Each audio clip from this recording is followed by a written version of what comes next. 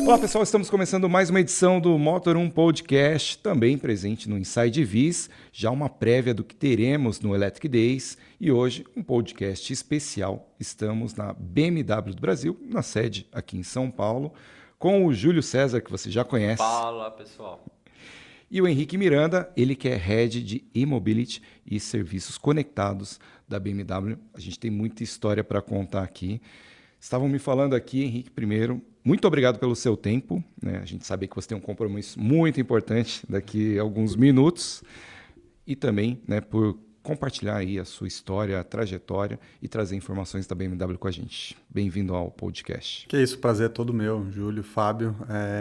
Eu vivo a eletromobilidade já há alguns anos, então eu sou um entusiasta do tema, dos carros elétricos, de tudo que a mobilidade elétrica tem a contribuir aí com as cidades, com os países, com a qualidade do ar, enfim, com todos os aspectos que essa mudança vai trazer de positivo para a sociedade. E você falou dessas mudanças positivas, eu acho que antes até mesmo da gente falar do elétrico em si, é o propósito que ele traz, né? A gente vive hoje num mundo com vários desafios em termos de poluição, de redução de emissão de carbono, descarbonização, e a gente sente também essa exigência das novas gerações que estão a caminho aqui, né, que estão aí crescendo nesse mundo. Então, a gente preparar um caminho melhor para elas, sejam com produtos ou um ar mais puro, enfim, eu acho que esse é a grande beleza quando a gente fala de eletrificação, e aí a gente começa a entrar no nosso papo mesmo da outra beleza, né? Do acelerar. Mas eu tive informações aqui que você está desde o começo nesse tema de eletrificação aqui na BMW. Foi com o i3? O primeiro carro, os dois primeiros carros que a gente lançou eletrificados foram o i3, que foi o primeiro carro elétrico do Brasil, de fato, a ser vendido aí para o consumidor final, e o BMW i8, que são dois grandes ícones da eletrificação no mundo inteiro, né? E foram também os dois primeiros modelos aqui no Brasil, né? Então, o i3 e o i8 pavimentaram esse caminho, né, que lá atrás muitos acreditavam, ainda tinham muitas desconfianças, né, sobre se o Brasil era um país para eletrificação, se não era, se isso ia dar certo no Brasil ou não. E eu acho que agora os números e a quantidade de modelos que a gente tem, tanto da nossa empresa, também dos concorrentes, mostra que o Brasil de fato está também caminhando para uma massificação dos carros elétricos no mercado. Com o i3 especificamente, o que vocês sentiram naquele momento, né? E o que vocês aprenderam com ele que hoje vocês conseguem aplicar nos modelos atuais? O i3, ele é um carro, se você pegar um carro de produção do i3, ele é um carro conceito, né? Não estou nem falando dos carros conceitos em si, mas quando a gente olha todas as inovações que o i3 trouxe, até hoje ele é uma grande referência no que diz respeito não só ao carro elétrico, mas o conceito de futuro da mobilidade. Então, primeiro, a gente tem um carro que foi o primeiro carro com implementação de fibra de carbono numa linha de produção em série. Era um carro que tinha um painel de madeira, um carro que tem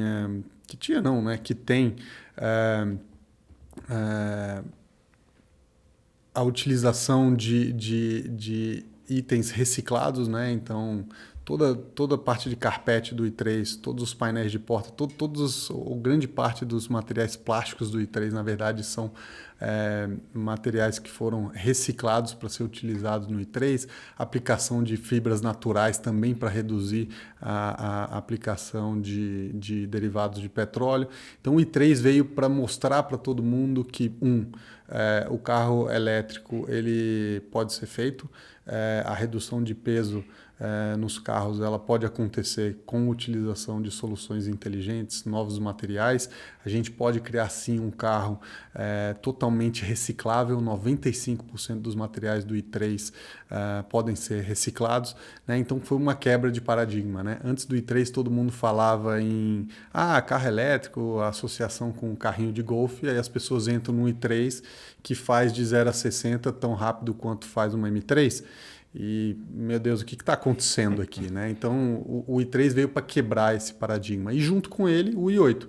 Né? Nunca vai existir um carro esportivo com motor elétrico. E o i8 veio a mostrar que, junto com um motor 1.5 litros, acrescido de um motor elétrico, você tem um carro com mais de 300 cavalos de potência, né?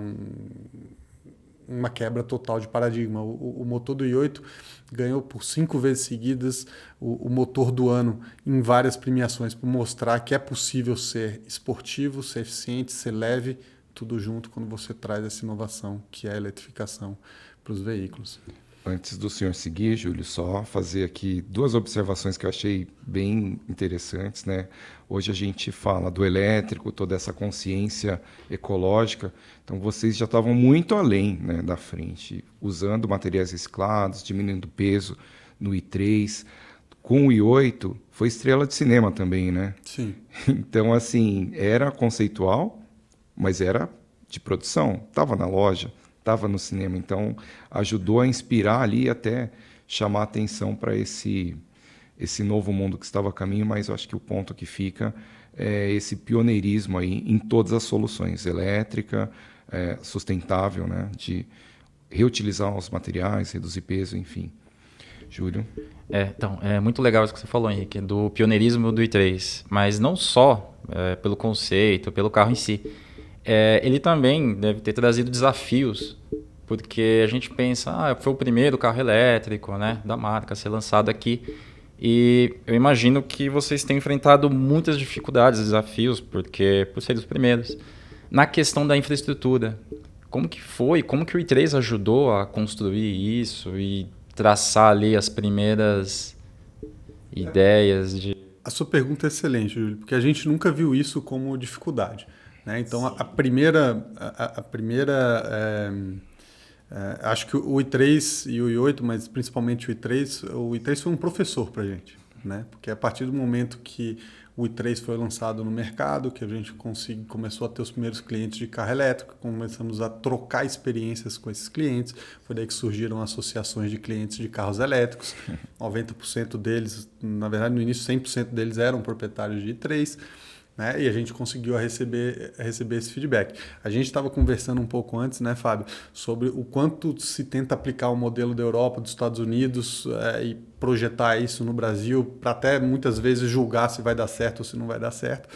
Né? E o i3 foi assim, olha, trouxemos o produto e agora vamos ver na realidade como é que funciona isso no Brasil. Então, a primeira referência que a gente tinha de infraestrutura de recarga era Amsterdã.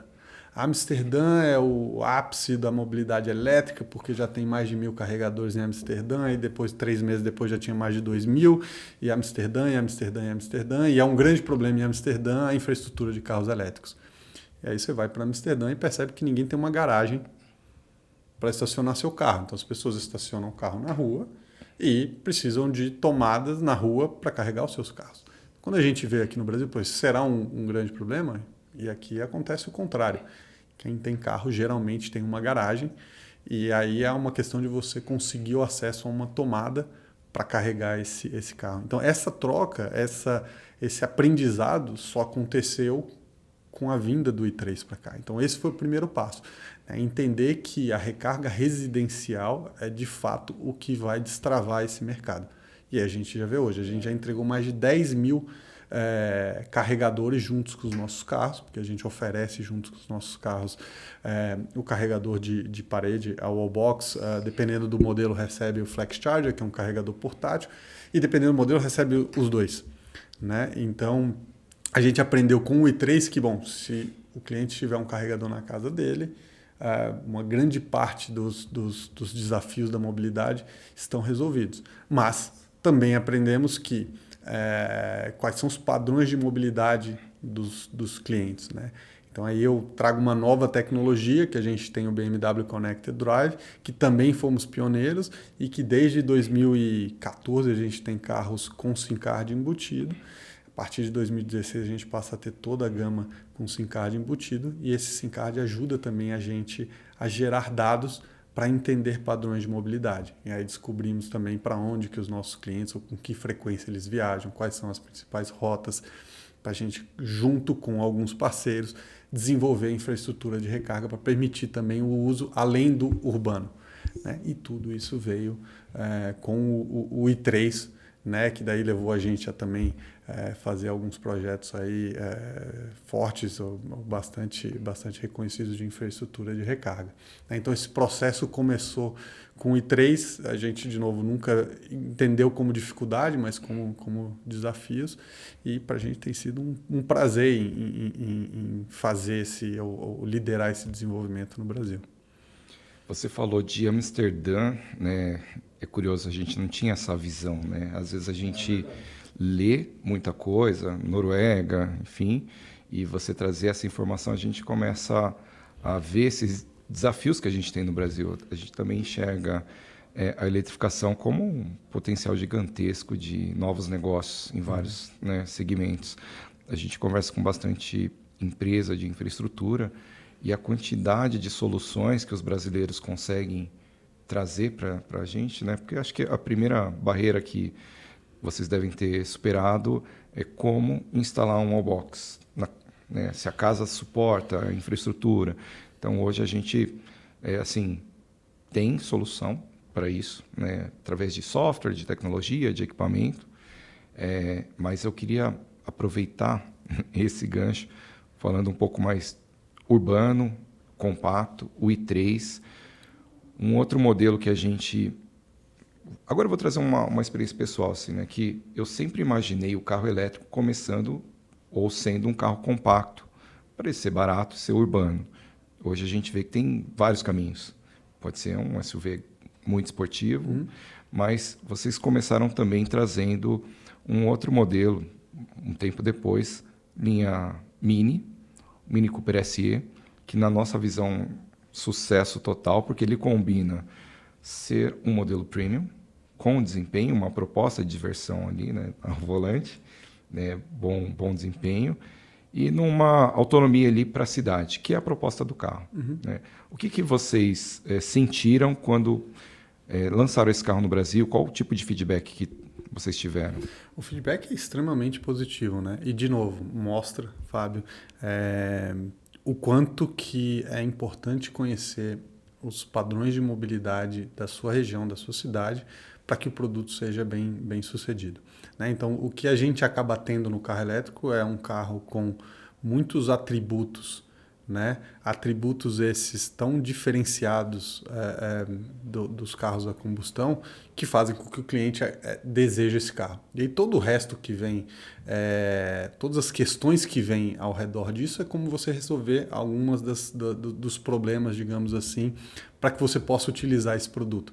Né? Então, a pessoa quer usar o carro, mas obviamente às vezes ela vai precisar de um carregador na estrada, vai precisar de um carregador no destino, o que quer que seja, mas ela quer usar o carro. Então essa é a primeira coisa, né? Os atributos do carro vão convencer o cliente a fazer a mudança? Eu acho que isso já não tem mais dúvida. Vão. Né? E agora a gente tem que trabalhar em como tirar as ansiedades em volta dos outros pontos. E aí, de novo, existia sempre a questão, tá? Mas a autonomia do Mini elétrico, o cliente vai entender ele como um carro urbano, ou ele não vai entender, né? E a nossa aposta era que sim, que o cliente iria entender o Mini como um carro urbano e que os deslocamentos entre cidades, eles obviamente vão acontecer. Às vezes o cliente quer viajar, ele tem uma casa de praia, ele quer ir num feriado para algum lugar, mas quão distantes são esses destinos? E essa é a grande chave da questão. De novo, quando a gente projeta o modelo da Europa, dos Estados Unidos, a gente está falando de mercados em que naturalmente as pessoas vão dirigir, às vezes, 400, 500, 600 quilômetros para passar um fim de semana num lugar e voltar no mesmo fim de semana. para os clientes BMW, Mini ou no geral do segmento premium no Brasil, e eu até ampliaria na América Latina, isso não é tão comum. Né? O que a gente começa a ver é que esse deslocamento ele acontece com alguma frequência para distâncias num raio de 150, 200 quilômetros. Quando isso passa de 300 quilômetros, a quantidade de deslocamentos é muito pequena. Lógico, tem aquele cliente que vive de um carro dirigindo para todo lugar, mas no geral isso é muito, muito, muito, muito baixo. Isso acontece por quê? Porque tem pedágio, porque tem trânsito, porque tem, enfim, uma série de fatores que faz com que o cliente do segmento premium fale, eu preciso viajar 400 quilômetros, eu vou pegar um avião, eu não vou de carro. Né? Então, de certa forma, de novo, se a gente for olhar o modelo lá de fora e falar não vai dar certo enquanto você não tiver 50 mil carregadores DCs em todas as estradas do Brasil. O que a gente aprendeu é que não é bem assim. Lógico, à medida que essa demanda cresce, ou que esse volume de carros cresce, naturalmente uma demanda por carregadores vai surgir. Então, aquela máxima do ovo ou da galinha, o que vem primeiro, o carro ou o carregador, o que vem primeiro é o carro e depois vai vir os carregadores. A gente não tem a menor dúvida sobre isso. E os clientes vão adotar o carro pelos atributos do carro. Né? A gente na América Latina, a gente aqui no Brasil, fala, o que eu preciso fazer para resolver esses problemas? Então, eu vou ter um carregador na minha casa, eu vou ter um segundo carregador na minha casa de praia. Aí eu vou precisar, essa casa de praia a gente aprendeu, ela está ali 80, 120 quilômetros no máximo da residência principal do cliente. Eu consigo chegar lá com um mini elétrico. Se eu tiver um carregador lá que eu consigo carregar, eu consigo voltar. Então isso resolve 95% ou mais dos deslocamentos desse cliente. Essa sua resposta, muita gente pergunta, né? A gente que está com carro elétrico lá, fala, mas e para viajar? Então, isso responde o que eu sempre digo para eles. Para onde que você está falando? Vou viajar, né? Para o Nordeste, para a Bahia, né? Vou para o Ceará? Ok. Quantas vezes você vai para o Ceará por ano? Né? Quando você vai, como você vai?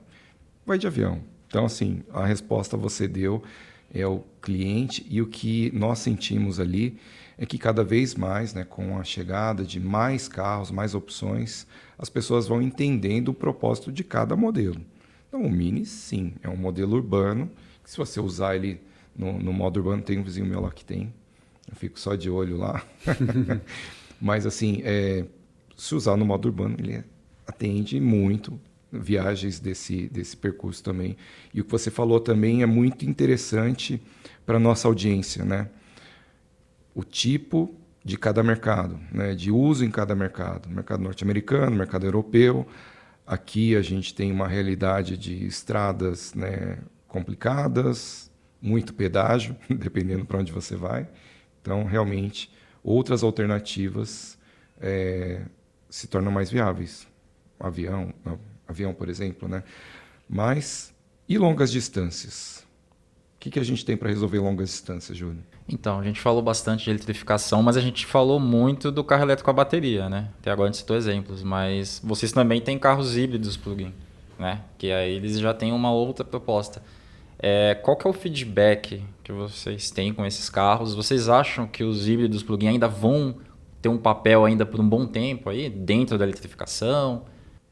Essa é uma pergunta muito interessante, assim, né? A BMW sempre viu e continua vendo o híbrido plug-in como a porta de entrada para a eletrificação, né? Então, o nosso objetivo com esses carros sempre foi de que eles fossem essa ponte, né? Então, ele oferece ali a mobilidade elétrica, né? E, ao mesmo tempo, a segurança da infraestrutura que os carros a combustão têm em função da rede de postos de combustível, né? E a gente tem uma resposta assim, agora está acontecendo algo muito interessante, porque a gente vê o cliente realmente que foi para o híbrido querer dar o passo para o elétrico, né? E é muito curioso isso, porque o cliente, ele optou pela segurança quando ele foi para o carro híbrido, aí ele começa a usar o carro no modo elétrico, ele também ganha um carregador, no caso dos clientes da nossa marca, ganham também um carregador, aí começa a usar o carro no modo puramente elétrico. Totalmente elétrico. e aí ele só quer usar no modo puramente elétrico porque é silencioso, porque tem um torque, enfim, porque tem regeneração de energia e é muito mais legal dirigir no modo elétrico. E aí fica, mas eu preciso de mais autonomia. Né? E para ter mais autonomia, o próximo carro é o carro elétrico. E também traz um pouco dessa realidade. A pessoa começa, tá, mas eu realmente preciso de um carro que me entregue, que eu tenho uma demanda de 600, 700 quilômetros, porque eu vou para um lugar muito distante. Então, a ideia do alcance, ela ganha uma conotação mais realística quando você tem um carro híbrido. Porque antes você não está nem pensando nisso. Vai ter um posto e eu vou abastecer e está tudo certo. E aí com o carro híbrido você já começa a pensar, putz, mas se eu for para um carro elétrico, e aí você começa a pensar realmente se você precisa daquilo, né? Então, agora a gente está num momento muito interessante do mercado, porque antes também não existiam opções de carros elétricos para todos os tipos de cliente.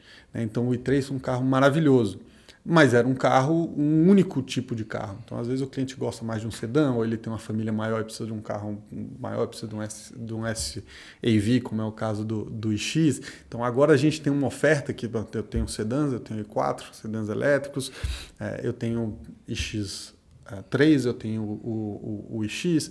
A gente tem uma gama que não é só uma mudança para o elétrico. Eu consigo ter um carro que atende às minhas necessidades, ou às necessidades da minha família, de mobilidade, e que também é elétrico. Então, o elétrico passa a ser mais um atributo de um carro que atende às minhas outras demandas de mobilidade. E aí agora a gente vai ver quantos, de fato, dos clientes vão passar pelo híbrido ou quantos vão pular direto para o elétrico. A gente já ouve bastante dos nossos concessionários de não, eu quero ir para o elétrico. Né? Então, a gente está exatamente nesse momento, mas sem dúvida nenhuma vai ter o cliente que vai preferir ter a segurança do híbrido e a gente acha que ainda por um bom tempo os carros híbridos vão desempenhar esse papel. Falando aí em longas distâncias, né?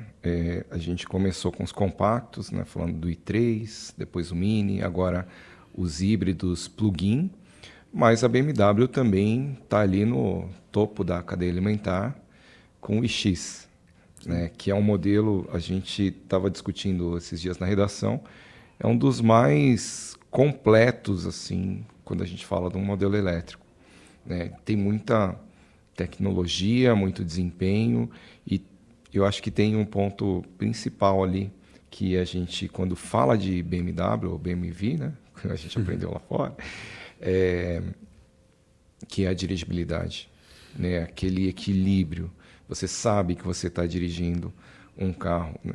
Como que foi, não sei se você participou desse desenvolvimento, mas como você está dentro, né, da companhia, claro, como foi esse desenvolvimento para chegar num produto assim, que ele é a referência hoje, né, dentro da linha, lógico, vem outros modelos aí, mas acho que ele é o primeiro, o parâmetro ali que a gente tem hoje de desempenho, tamanho, né, espaço, até mesmo autonomia. Então tá uma autonomia já próxima ao que a gente tem aí com os híbridos plug-in. Uhum.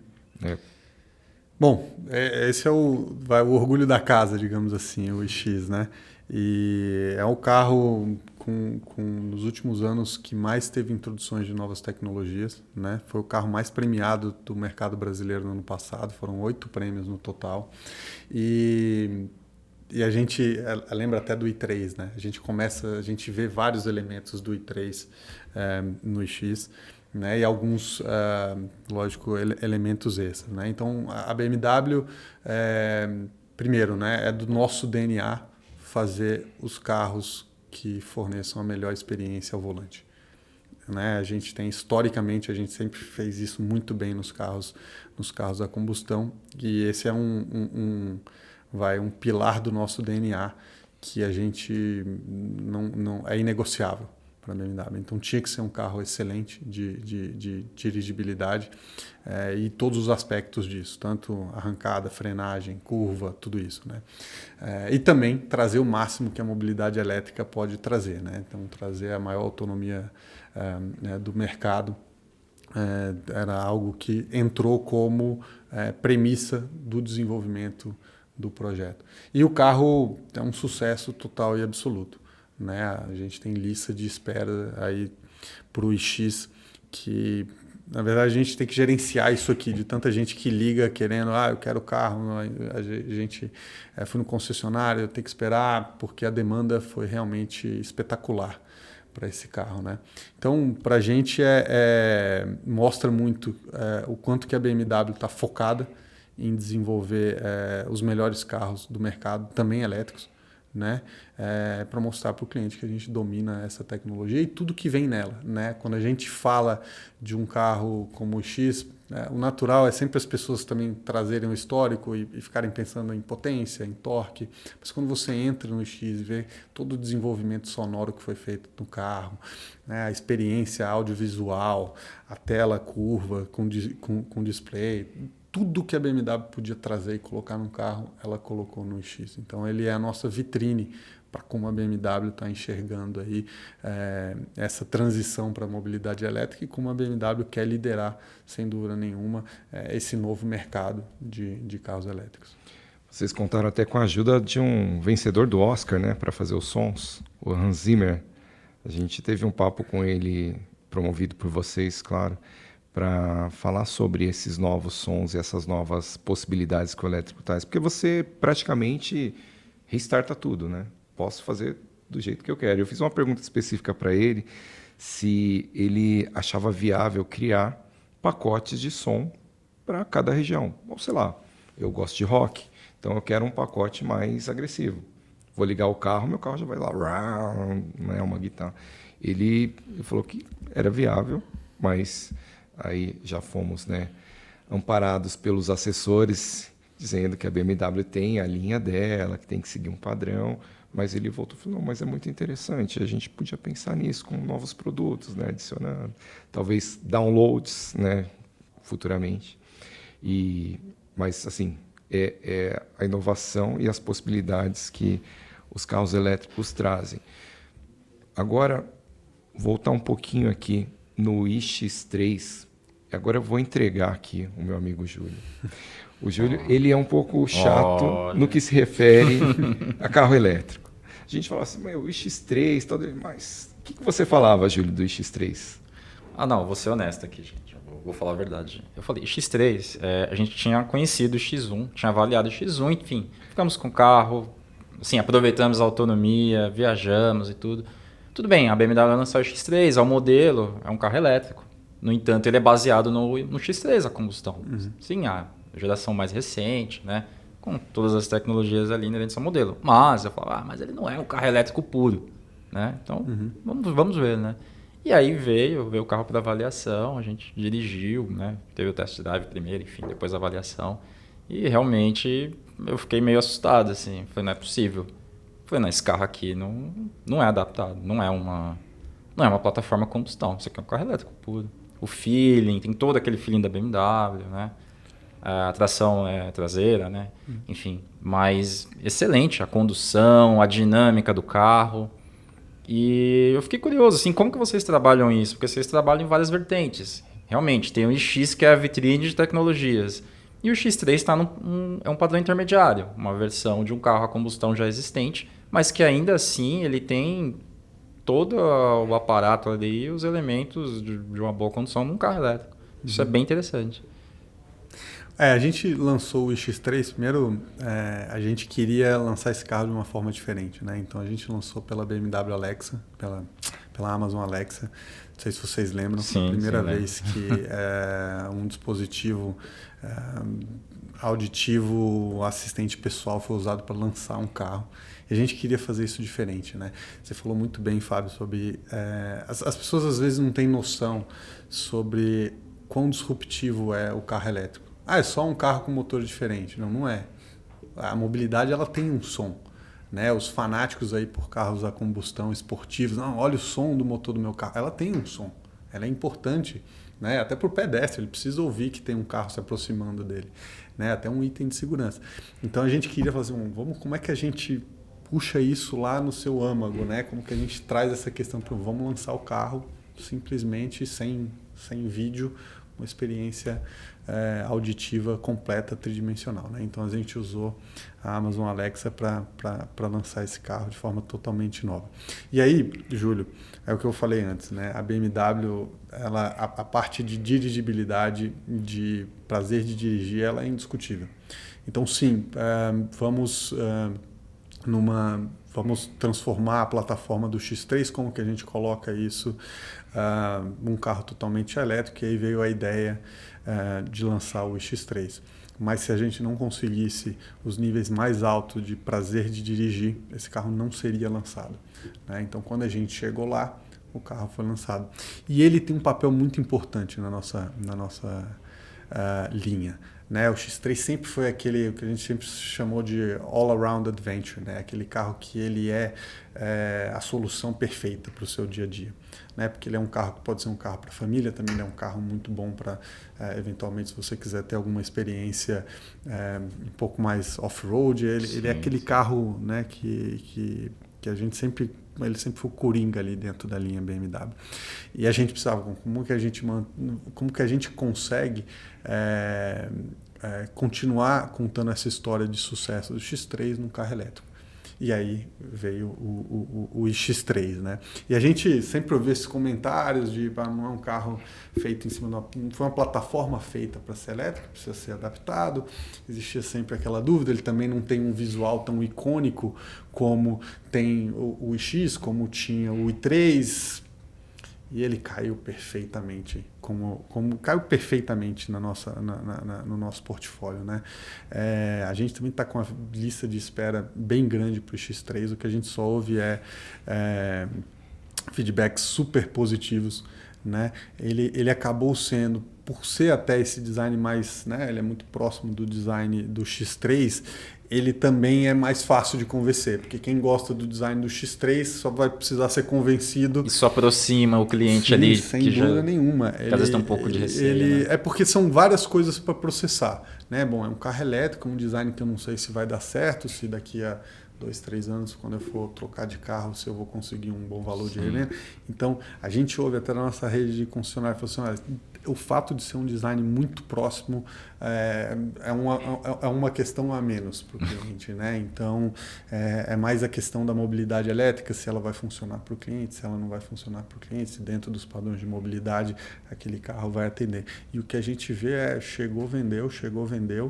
O carro foi um sucesso, o lançamento via Alexa também foi um sucesso, todas as unidades de pré-venda foram vendidas, então a gente está super, super satisfeito aí, brigando com a matriz para ter mais carro também, para continuar ampliando essa gama de clientes aí do X3. Muito bom.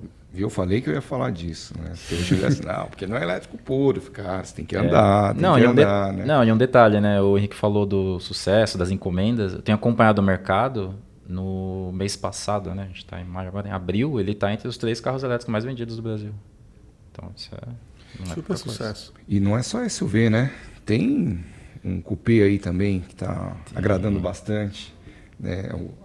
A gente tem a referência, né, até produção nacional do 320, do Série 3 aqui no Brasil, né? 320, as outras versões.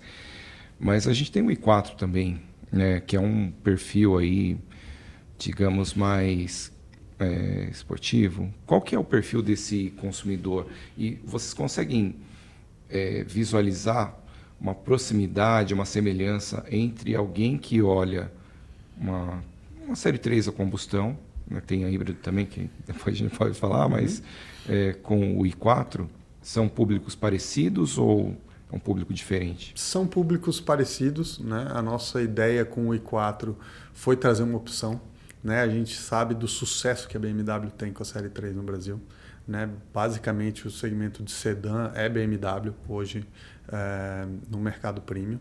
E a gente falou, bom, esse cliente também merece uma opção de carro elétrico, né? E aí, quando a BMW veio com o conceito do i4, falando, esse carro precisa vir para o Brasil, né? Então, sem dúvida nenhuma, né? É a ponte pro cliente do carro sedã para ter um carro elétrico, né? E todo mundo fala muito sobre... é muito curioso isso, né? A gente chegou num nível de desenvolvimento da parte eletrônica, de desenvolvimento de bateria, que a gente entrega um carro aí com 590 km de autonomia, no caso do i440, num sedã. Né? Então, para quem tem dúvidas aí sobre esse carro, onde é muita autonomia, né? É uma densidade de carga altíssima que a gente consegue colocar na bateria do i4. E agora, de novo, seguindo a nossa linha aí do poder de escolha, do Power of Choice para o nosso cliente, a gente tem SUVs, a gente tem também carros sedãs para os nossos clientes também darem esse passo em direção à eletromobilidade. É um dos diferenciais, né? Você falou do sucesso da Série 3 no Brasil, é essa, não diria uma aposta, mas esse investimento no país, né? Então, vocês produzem aqui uma bela fábrica, o carro ele chega atualizou na Europa, há pouquíssimo tempo ele já está aqui, então eu acho que isso é um dos grandes diferenciais da BMW, o cliente sente isso e os números mostram, né? Então, está ali liderando, e outro que veio para liderar aí, né, novamente, X1, né, que chegou a nova geração, também produzida aqui, né, também parabéns aí por essa, né, a gente fala aposta porque hoje está tão difícil a gente ver investimentos e empresas comprometidas em atualizações reais, né, porque tem coisas que vêm mais ou menos, mas o que você vê na Europa, você vê aqui e produzido aqui, isso é bem legal. Mas já que a gente falou de X1, e o iX1? Então, o iX1 está confirmado. A gente sabe que vem, mas agora eu quero ouvir de você o que você pode dar de spoiler para quem está esperando. Sim, o que a gente pode esperar desse carro? O que vocês podem esperar é que os nossos... Bom, primeiro que o iX1 vem para o Brasil, né? Indo na linha aí de ter a maior gama de veículos elétricos para os clientes do segmento premium, a BMW traz o iX1, que é um carro que a gente coloca muita energia e muita esperança no sucesso dele, né? Porque o mercado ele é soberano. No final das contas, o que interessa é o que o cliente quer, né? E por isso que a gente, colocando opções em toda a linha de carros elétricos, a gente vai permitir o cliente fazer essa escolha livremente sobre quando é o momento ideal para essa transição para os carros elétricos, né? E aí, emendando um pouco sobre o que você falou, Fábio, é muito relevante para a BMW e para a BMW do Brasil mostrar o quanto que o cliente brasileiro adora a tecnologia. De novo, quando a gente volta lá atrás e a eletrificação estava começando e todas as dúvidas existiam, hoje não tem mais dúvida, né? Dentro já do grupo BMW já se entende que toda a operação aqui do Brasil, da América Latina, tem um conhecimento tão profundo sobre o cliente, sobre a mobilidade do cliente, que ninguém mais questiona quando a gente fala vamos trazer mais um carro elétrico. Por quê? Porque tudo que a gente está trazendo, a gente vê que o cliente brasileiro está adotando. E eu não tenho a menor dúvida que o iX1 vai ser um sucesso total, né? A gente completa ali a linha de SUVs, iX, iX3 e iX1, dá uma opção de entrada nas linhas de SUVs elétricos para o nosso cliente, vai trazer tudo que tem de mais moderno de tecnologia de toda a linha da BMW, e a gente só vai curtir aí, porque não tenho a menor dúvida, o X1 já é um grande sucesso na versão elétrica, então mais sucesso ainda. E tem mais? É só o iX1 ou tem mais? A gente também tem um outro lançamento previsto para esse ano, que é o i7. Né? O i7, assim como o iX, são as duas grandes referências de tecnologia do Brasil. Então, o i7, o iX já foi o primeiro carro pronto para operação em 5G. O i7 vai permitir um nível de customização jamais visto antes. Vocês talvez tenham visto aí imagens do carro com a tela que cruza toda a carroceria do carro, né? Isso vai permitir com que o cliente, por exemplo, possa assistir filme, possa jogar jogos, né? Então a gente vai ter de fato ali na segunda fileira um lounge mais VIP do que qualquer sala VIP de aeroporto que vocês conhecem. Então esse carro também vai mostrar o quanto que a parte de conectividade e entretenimento muda e muda drasticamente nos próximos anos, né? Então começa com o i7, eventualmente em outros carros mais e mais opções de digitalização vão surgir. Eu vi esse carro, vi estaticamente, né, algumas versões, e acho que a principal curiosidade era aquela pintura Biton, né? E fica muito bacana. Ao vivo é um carro grande, né? Tem um estilo único, né? Diferente. Não tive a chance ainda de guiar, viu, pessoal da BM? Esperamos aí a oportunidade. Mas acho que a gente não pode sair daqui, né? Eu não vou perguntar quando vai produzir carro elétrico no Brasil, porque a gente sabe que depende de demanda. Mas eu queria ouvir de você, dentro do grupo BMW, você deve ter uma experiência ou ter visto já a produção de veículos elétricos. Como que funciona isso dentro da BMW? Assim, é a mesma fábrica? Vocês produzem vários tipos de modelos a propulsão no mesmo lugar? São fábricas independentes? Até para a gente projetar no futuro se isso é viável no Brasil. A BMW preza muito por uma flexibilidade de produção, né? E acho que de todas as empresas de automóveis, é a empresa que se preparou melhor para essa transição tecnológica, né? Porque justamente você tinha carros a combustão, daí vocês têm carros híbridos, né? Híbridos plug-in, no caso da BMW, e a gente tem carros elétricos, né? E um grande desafio dessa transição para as montadoras que produziam carros a combustão é justamente administrar todo esse footprint de manufatura, né? Porque não é simplesmente construir uma fábrica, você tem que adaptar a sua fábrica, né?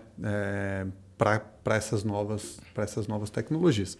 Então, por exemplo, a nossa fábrica de Munique é uma fábrica extremamente flexível que faz os 3 tipos de carro. Faz carros a combustão, carros plug-in e carros elétricos na mesma fábrica, na mesma linha, né? Então, a gente sempre prezou muito porque nós temos também responsabilidades aí, sociais. A BMW não quer fechar fábricas, né? Então, por isso, para não fechar, você tem que adaptar a sua fábrica e tem que se preparar para essas novas tecnologias, né?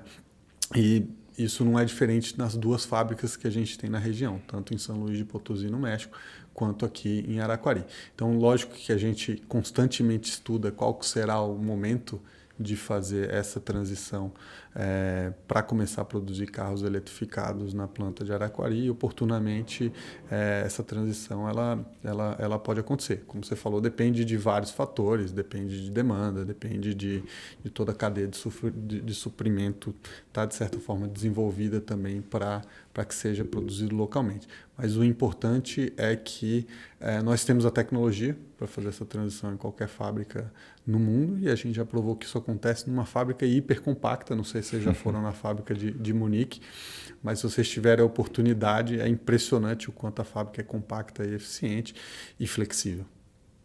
E além dessa mudança, né, o que isso já impacta no Brasil? Digo, no sentido de treinamento, né, de profissionais para manutenção, para venda, porque é um novo mundo e tem que trabalhar em paralelo com o que tem hoje. Então, tem profissional para atender modelos a combustão, tem uma divisão já, ou não é todo mundo A gente preparado? tem... foi uma transição, é uma transição que ela ainda está acontecendo, né? Então, se você... E aí eu vou recobrar uma coisa que já tem alguns anos, que deu super certo na BMW. A BMW foi a primeira empresa automotiva a ter um personagem que é o Product Genius nas nossas concessionárias. O Product Genius é a pessoa ideal para justamente trazer as informações técnicas, ensinar o cliente todas essas mudanças tecnológicas, tudo que está acontecendo ali na ponta, né? E, obviamente, isso afeta a empresa de ponta a ponta, digamos assim, né? Então, o Product Genius foi esse primeiro programa que a gente tem, que até hoje é um sucesso, né? Começou com pessoas tecnicamente capazes de explicar qualquer coisa no carro, né? Alguns desses Product Genius ainda estão com a gente como Product Genius, alguns viraram vendedores, então isso fez com que os nossos vendedores naturalmente começassem a ter uma capacidade técnica muito maior do que tinham antes. Então a gente tira aquela imagem do cara que é só forte comercialmente, mas também um cara muito conectado na parte de tecnologia.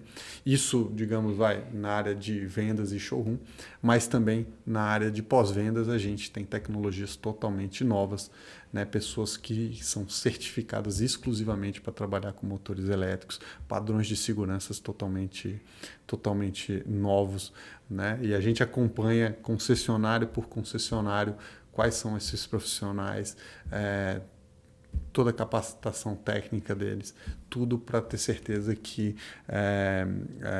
a gente não vai ter que o cliente vai ser tratado da melhor maneira possível e que esses profissionais eles também estejam sempre prontos para as novas tecnologias, porque quando a gente fala do primeiro carro elétrico e do i3 e do iX, a gente está falando já de carros com tecnologias totalmente diferentes, né? E o plano é que isso vá cada vez crescendo. Então, antes cada concessionário tinha um técnico, agora cada concessionário tem 2 técnicos, daqui a pouco 3, daqui a pouco todos vão acabar sendo treinados nessas novas tecnologias, porque é uma migração natural. Muito bem, eu acho que a gente caminha aqui para o nosso encerramento, né? Temos algumas lições de casa, viu, Júlio? Visitar a fábrica lá de Munique para ver esse processo. Ver essa fabricação aí versátil, né? Dirigir o i7, né? O X1, pode já mandar, não sei se já está aqui e tal. Está bem curioso, hein? Mas assim, muito obrigado pelo tempo. Assim, acho que foi uma conversa que resgatou, né, todo esse legado, esse pioneirismo da BMW, que reflete hoje em produtos aí que são extremamente empolgantes e que mostram que o futuro pode ser aí também, né, por vias elétricas. Agradecemos muito o tempo, né, toda essa aula que a gente teve sobre BMW e estamos aí muito felizes com a presença da BMW no Electric Days, trazendo mais novidades lá. Então, senhor Henrique, muito obrigado pelo tempo, obrigado pessoal, obrigado a todos que nos ouvem e já sabem, né? Se você gostou aqui do vídeo, gostou aqui do podcast, deixa o like, se inscreva, espalha, né? Eu acho que a informação desse gabarito tem que espalhar, então se você gostou, espalha aí para os amigos, para entender um pouco mais sobre esse mundo elétrico que está chegando. Já está chegando não, já chegou, né? Já chegou, né? Já chegou. Já está mais, pelo tudo que a gente já falou aqui, está mais que claro. Já chegou. É isso, pessoal. Um abraço. Até a próxima. Obrigado, Valeu, pessoal. Um grande Até prazer. mais.